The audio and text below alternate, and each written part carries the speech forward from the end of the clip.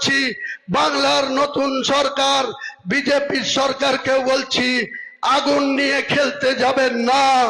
মুর্শিদাবাদে হুমায়ুন কবির যতক্ষণ বেঁচে আছে বাবরি মসজিদ হবে, এবং যতক্ষণ বেঁচে আছে আগামী পঞ্চায়েত নির্বাচন সিংহভাগ পঞ্চায়েত আম জনতা উন্নয়ন পার্টি দখলে আসবে, এবং 2029-এর লোকসভায় বহরমপুর সহ 3টে লোকসভায় আম জনতা উন্নয়ন পার্টি দখল করবে।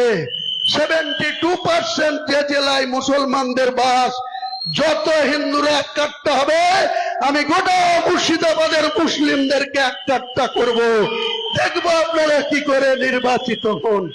আমরা নিশ্চিতভাবেই আগামী 2029 সালে 3টে লোকসভায় দখল করব।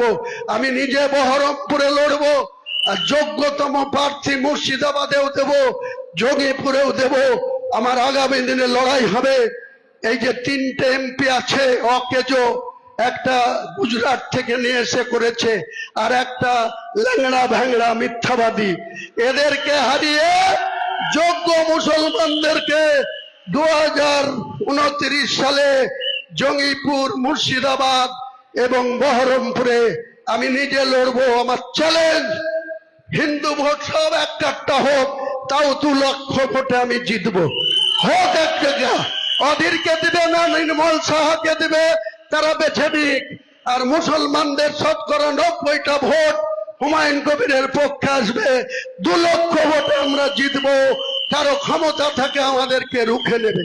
আর আমি নতুন বিজেপি সরকারকে বলবো, আপনাদেরকে মানুষ আশীর্বাদ করেছে, সম্মান দিয়েছে, ক্ষমতা দিয়েছে। আপনারা মুর্শিদাবাদে কোন রকম কোন ঝামেলা করতে, আপনাদের যারা নবনির্বাচিত বিধায়ক 8 জন, তাদেরকেও নিষেধ করবে। আর আপনাদের যারা কিছু লাঠিয়াল বাহিনী আছে তাদেরকেও সংযত করবেন। আমি আগেও বলেছি, আবার বলছি, আমরা কাউকে আগে থেকে কারো সম্পদ দখল করতে যাব না, আগে থেকে কারো গায়ে হাত উঠাবো না। কিন্তু মুর্শিদাবাদের মতো জেলায় কোন মসজিদ আক্রান্ত হলে, কোন মুসলমান আক্রান্ত হলে হুমায়ুন কবির সিংহের মতো গর্জে উঠবে। হুমায়ুন কবির লাখো লাখো লোক নিয়ে রাস্তায় নামবে। কোনো বাধা মানব না, কোন সরকারের প্রশাসনকে মানব না। যেদিন হুমায়ুন কবিরের মাথা গরম হবে, কোন প্রশাসন সেদিন হুমায়ুন কবিরকে রুখতে পারবে না। আমি এরপরে লোকাল কয়েকটা কথা বলে আমার বক্তব্য শেষ করব। আগামী